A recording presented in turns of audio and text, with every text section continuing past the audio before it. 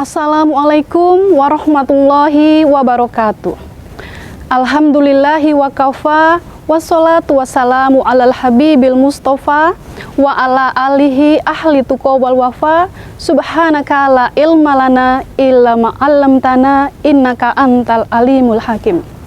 Puji syukur kita panjatkan kepada Allah Subhanahu wa ta'ala, Tuhan yang menurunkan Al-Quran sebagai cahaya di tengah gelapnya zaman, sebagai penenang di tengah riuhnya kehidupan, dan sebagai petunjuk di persimpangan pilihan.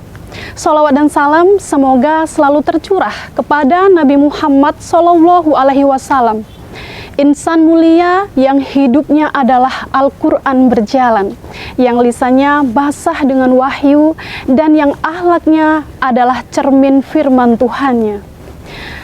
Sanak religi yang dirahmati Allah, di dunia yang serba cepat ini, kita sering sibuk mengejar banyak hal, namun lupa menjaga satu hal yang paling hakiki, hubungan kita dengan kalam ilahi. Maka pada kesempatan ini, marilah kita menundukkan hati, meluruskan niat, dan memperbaharui janji dalam dada tentang bagaimana seharusnya komitmen seorang muslim terhadap Al-Quran. Bukan hanya sebagai bacaan, tetapi sebagai arah kehidupan.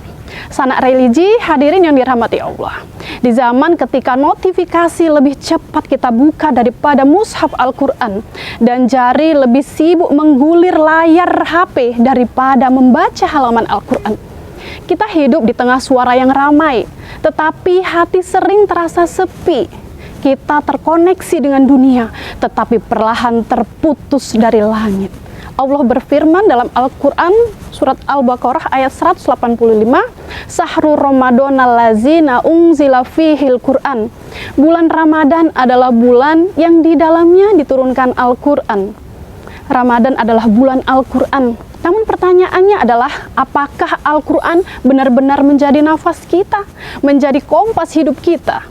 Komitmen terhadap Al-Quran bukan hanya tentang seberapa sering kita membacanya, tetapi seberapa jauh ia mempengaruhi cara kita berpikir, cara kita bersikap, dan cara kita bertindak.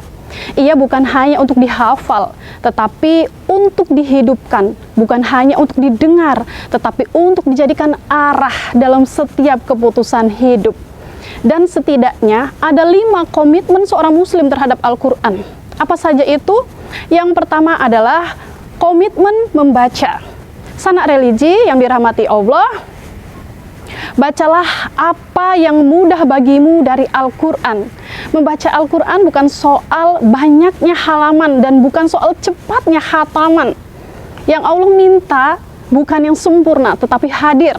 1 halaman 1 hari, 1 ayat 1 hari sudah menjadi langkah yang berarti. Karena hati itu seperti tanah. Jika tidak disiram, ia mengeras. Jika tidak disentuh ayat-ayat Allah, ia mudah gelisah, mudah marah, mudah tersinggung, dan mudah iri. Bisa jadi bukan karena hidup terlalu berat, tetapi karena hati terlalu lama jauh dari ayat Allah. Dan yang kedua adalah komitmen untuk mempelajari atau mentadaburi Al-Quran. Tidakkah mereka mentadaburi Al-Quran? Kita sering mendengar bacaan Al-Quran yang merdu hingga air mata menetes dan hati tersentuh. Tetapi pertanyaannya, apakah setelah itu hidup kita berubah? Al-Quran bukan hanya untuk dilagukan, tetapi untuk direnungkan. Cobalah ketika membaca 1 ayat, kita berhenti sejenak lalu bertanya pada diri kita, ya Allah, ayat ini sedang berbicara dengan siapa? Tentang siapa? Tentang orang lain atau tentang aku? Ketika Al-Quran mulai kita pahami, ia tidak lagi terasa jauh, tetapi sangat personal, seakan Allah sedang berbicara langsung pada hati kita. Yang ketiga, komitmen menghafal. Sebagian orang merasa sudah terlambat atau terlalu sibuk untuk menghafal, padahal menghafal itu bukan tentang cepat, tetapi tentang cinta. 1 ayat yang kita hafal akan menemani dalam sujud, terulang saat hati sedih, dan menjadi cahaya ketika dunia terasa gelap. Menyimpan firman Allah di dalam dada adalah kemuliaan yang sangat besar. Komitmen yang keempat adalah komitmen mengamalkan. Nah, inilah bagian yang paling berat ketika di zaman sekarang orang lebih mudah terlihat baik daripada benar-benar menjadi baik. Membagikan ayat itu mudah, tetapi menjaga akhlak dalam keseharian jauh lebih menantang. Komitmen sejati bukan soal terlihat, melainkan tentang perubahan yang pelan, sunyi, tetapi nyata dalam kejujuran, lisan, dan kesabaran kita. Yang kelima atau yang terakhir adalah komitmen mendakwahkan dan menjaga Al-Quran. Sanak religi, setelah membaca, memahami, menghafal, dan mengamalkan, kita memiliki tanggung jawab untuk menyampaikan. Ajarkan kepada anak-anak kita, hidupkan di rumah, dan bagikan dengan adab di media sosial. Jangan sampai kita termasuk orang-orang yang meninggalkan Al-Quran. Meninggalkan bukan berarti membuang. Kadang mushaf Al-Quran ada di rumah, tetapi tidak pernah dibuka, dan ayat sering didengar tetapi tidak pernah masuk ke dalam hati. Sampaikanlah dariku walau satu ayat. Hadirin yang dirahmati Allah, sanak religi dimanapun berada, Ramadan akan berlalu, waktu terus melaju, dan usia tidak pernah menunggu. Jangan biarkan yang pergi hanya bulannya, sementara kita kembali jauh dari firman-Nya. Kelak kita akan berdiri sendiri tanpa jabatan, tanpa harta, tanpa followers, dan tanpa siapa-siapa. Yang tersisa hanya amal dan Al-Quran.